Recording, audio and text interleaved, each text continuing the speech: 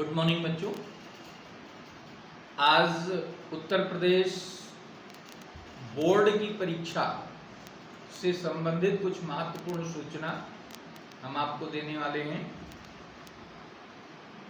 प्रायः बच्चे पूछा करते थे, अभिभावक का फोन आया करता था कि सर परीक्षा होगी कि नहीं होगी, हाई स्कूल की परीक्षा कैंसिल होगी कि नहीं होगी, इंटर की परीक्षा होगी कि नहीं होगी। इस प्रकार से सारे बच्चे भ्रम की स्थिति में रहा करते थे। बच्चों का इसी कारण पढ़ने में मन नहीं लग रहा था, क्योंकि उनको अनिश्चितता घेरे रहती थी कि पता नहीं परीक्षा होगी कि नहीं होगी। तो बच्चों, हमारे प्रदेश के मुख्यमंत्री योगी आदित्यनाथ जी की अध्यक्षता में मीटिंग हुई और उस मीटिंग के बारे में हमारे प्रदेश के उप मुख्यमंत्री और इस प्रदेश के शिक्षा मंत्री डॉक्टर दिनेश शर्मा जी ने ये बताया कि जो हाई स्कूल की परीक्षा है बोर्ड की 2021 की, वो माननीय मुख्यमंत्री जी की अध्यक्षता में ये निर्णय लिया गया कि इस परीक्षा को कैंसिल किया जाता है। परीक्षा को निरस्त करने का निर्णय लिया गया और इसके संबंध में पहले ही तत्संबंधित 9वीं कक्षा की वार्षिक, अर्धवार्षिक परीक्षा और कक्षा 10 की अर्धवार्षिक और प्री बोर्ड परीक्षा संबंधी अंकों का विवरण परिषद की वेबसाइट पर लोड किया जा चुका है। तो हाई स्कूल के छात्रों के लिए ये बहुत अच्छी खुशखबरी है कि उनको अब बोर्ड की परीक्षा नहीं देनी है, सीधे वो अगली परीक्षा में अगले क्लास में प्रमोट हो जाएंगे। और ये उत्तर प्रदेश माध्यमिक शिक्षा परिषद के इतिहास में ये पहला मौका है जब हाई स्कूल की परीक्षा को निरस्त किया गया। और इस परीक्षा में करीब 29,94,312 विद्यार्थी पंजीकृत थे और ये रिकॉर्ड होगा कि इस बार सारे के सारे 100% विद्यार्थी उत्तीर्ण हो जाएंगे।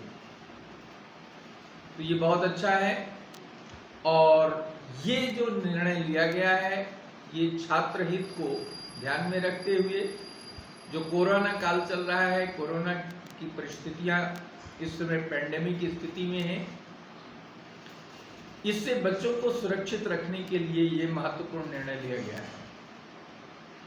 रही बात इंटरमीडिएट की, तो इंटरमीडिएट के छात्रों को भी ये सूचना है। माननीय उप मुख्यमंत्री डॉक्टर दिनेश शर्मा जी ने ये बताया कि इंटरमीडिएट के लिए भी ये निर्णय लिया गया है कि जब परिस्थिति अनुकूल हो जाएगी तो जुलाई के द्वितीय सप्ताह से परीक्षा का आयोजन हो सकता है।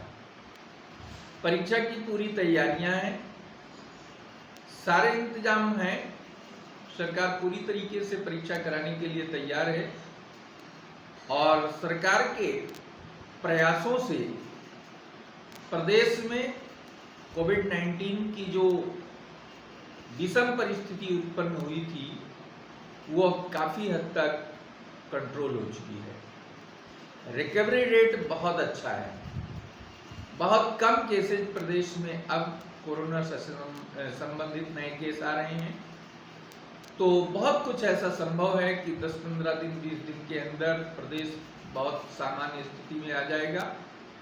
और अगर ऐसा हुआ तो शासन के अनुसार आप ये मान के चलिए कि जुलाई के द्वितीय सप्ताह में परीक्षा हो सकती है।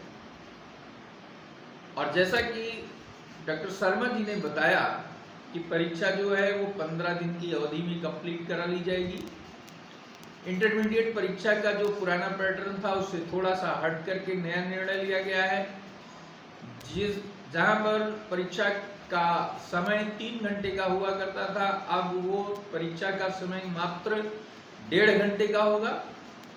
जहां 10 क्वेश्चन में छात्रों को 5 प्रश्न करने की जरूरत होती थी, अब उन्हें 10 में से केवल 3 प्रश्न करने होंगे, समय 1.5 घंटे का होगा। मात्र 15 दिन के अंदर ये परीक्षा संपन्न करा ली जाएगी। तो ये न्यूज जो है, और आप ये जान लीजिए कि इंटरमीडिएट की परीक्षा में भी लगभग 26,10,316 विद्यार्थी पंजीकृत हैं इस साल। तो इंटरमीडिएट के परीक्षार्थी अभी इस भ्रम में न रहें कि परीक्षा कैंसिल हो जाएगी। परीक्षा उनकी होनी है, क्योंकि इंटरमीडिएट का एग्जाम बहुत ही महत्वपूर्ण एग्जाम है। इसमें बहुत सारे ऐसे कोर्सेज हैं, बहुत सारी ऐसी संस्थाएं हैं जहां पर अगली कक्षा में जो प्रवेश है वो मेरिट के आधार पर होता है। तो इन दिक्कतों से बचने के लिए परीक्षा का आयोजन जरूरी है। ऐसा फिलहाल अभी सीबीएसई का कोई फाइनल डिसीजन नहीं हुआ है। केंद्र सरकार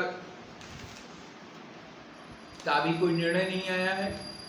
संभव है कि 1 जून को बैठक होगी, उसमें कुछ सकारात्मक निर्णय लिया जाएगा।